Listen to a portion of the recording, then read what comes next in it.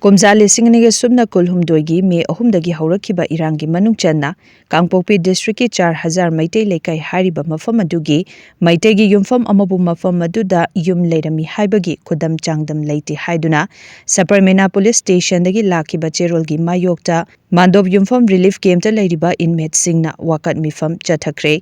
Relief camp asida leiriba yamlaba inmate sing saruk yaduna pangthokkiba wakat mipham aduga mari leinana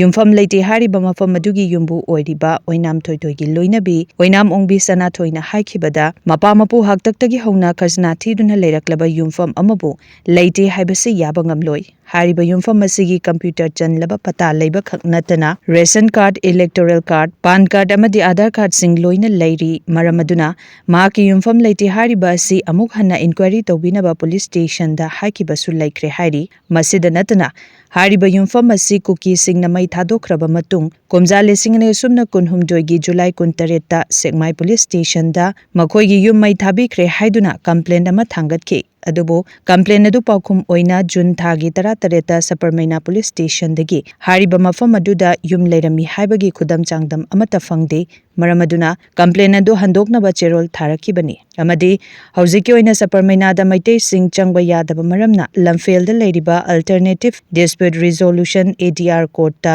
haukiba June thagi kunhumdoi da chatuna video conferencing gi kothang da wari sanaki amadi case asigi makha tana thijinabasu haiki hairi masida natana sigumba wathok asi amuk hanna thoktananaba lamdam asigi leiriba clubs organization maira paibi amadi CSO singna midyeng changbiyo haina miyamgi pukninsu jingchilakli ekhoise Kangpokpi district ki manung sanna leiba Charhazar Meitei leikai dagi ni haukiba 2023 gi May gi date 3 gi nangda aigi yumingo loina Kuki na mai thabigrabane adugo hojikta na hongna June gi date 17 sida aingonda aigi mapham sida aigi yum hingon mai thabagi clue leite hadna aingonda case ma file tawrebako si ai isana yaningdi aigi yum hingo loi lehori chesang loina aigi mingda aigi nipang mingda loi leijari duna moina haije singa yaningdi hadna khoi kanu tawkhre inquiry makha ta tabiyona khoi hairakhre ba masi aingon thoi ba thawdokse ai khaktagi nate aigi loikhra matungda kanada atopada loi tholokpa yabana yabagi mongda leiriba maramdi khoi sida yum mai chaga lanjena duna laiba khoise singong singya da ngak ne yamana singong singya da lehoriba khoi gi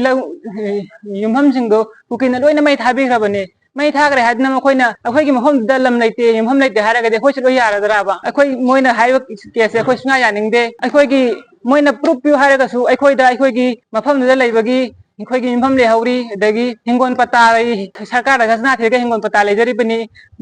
voter leiri adagi aadhar leiri pan card leiri ration card leiri loi akhoida proof loi leijari haba akhoigi sigi hingon je ipu gi hatakdagi mathang